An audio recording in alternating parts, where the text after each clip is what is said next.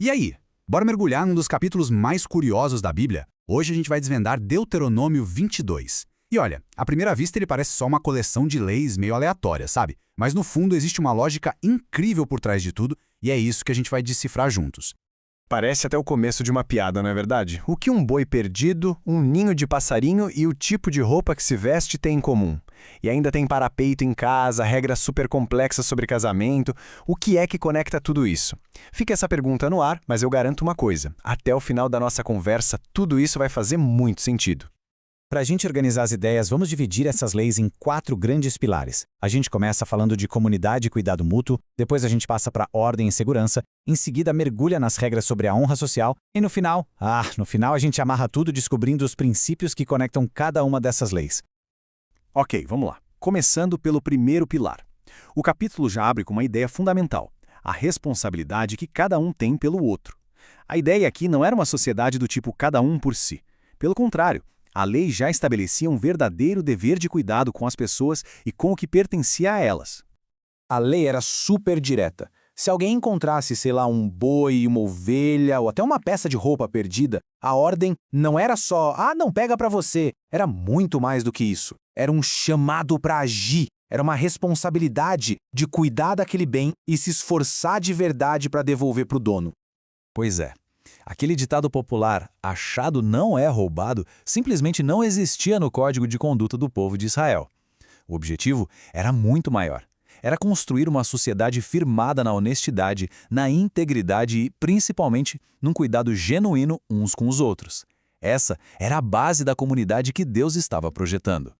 E o mais interessante é que esse princípio não é algo que ficou lá atrás, no passado. Pelo contrário, ele ecoa perfeitamente naquilo que Jesus, séculos depois, chamaria de segundo maior mandamento: amar o próximo como a si mesmo.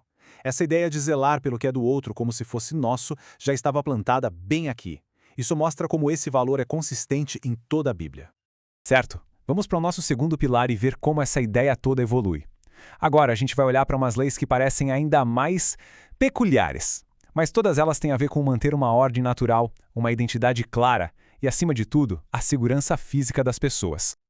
Olha que lei prática e genial! Naquela época, os terraços das casas eram um espaço social importante, sabe? O pessoal usava para tudo. Então a ordem de construir um parapeito, uma muretinha de proteção, era basicamente uma medida de segurança pública. Isso deixava claro que o dono da casa era responsável pela vida de quem o visitava. É um detalhe que revela um Deus que se importa, e muito com a nossa segurança no dia a dia.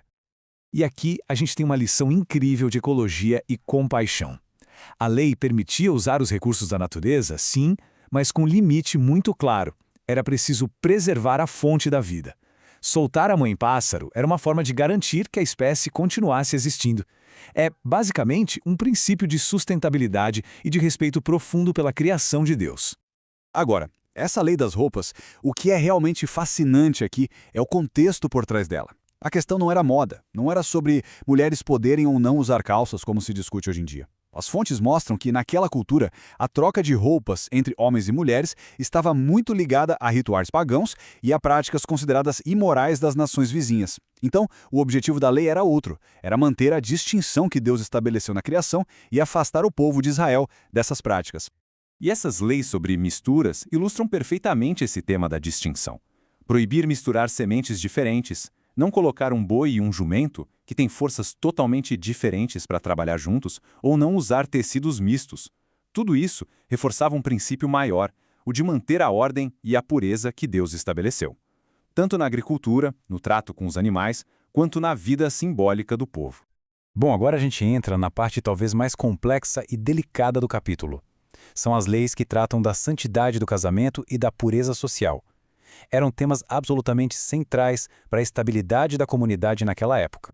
É muito importante a gente entender o propósito dessas leis dentro do seu contexto cultural. Era uma sociedade baseada em honra e vergonha. Segundo os comentaristas, essas regras foram criadas para proteger a honra, principalmente da mulher, contra acusações falsas e difamação. E, ao mesmo tempo, elas estabeleciam consequências bem duras para a imoralidade e abuso, tentando proteger o casamento como a base de tudo.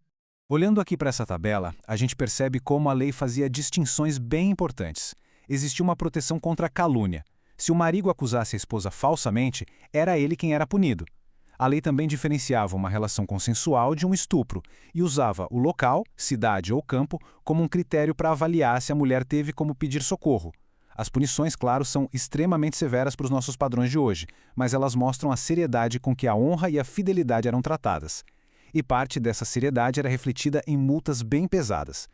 Por exemplo, no caso de um marido que difamava a esposa com uma acusação falsa, a multa era de 100 peças de prata. Era uma fortuna, paga ao pai dela.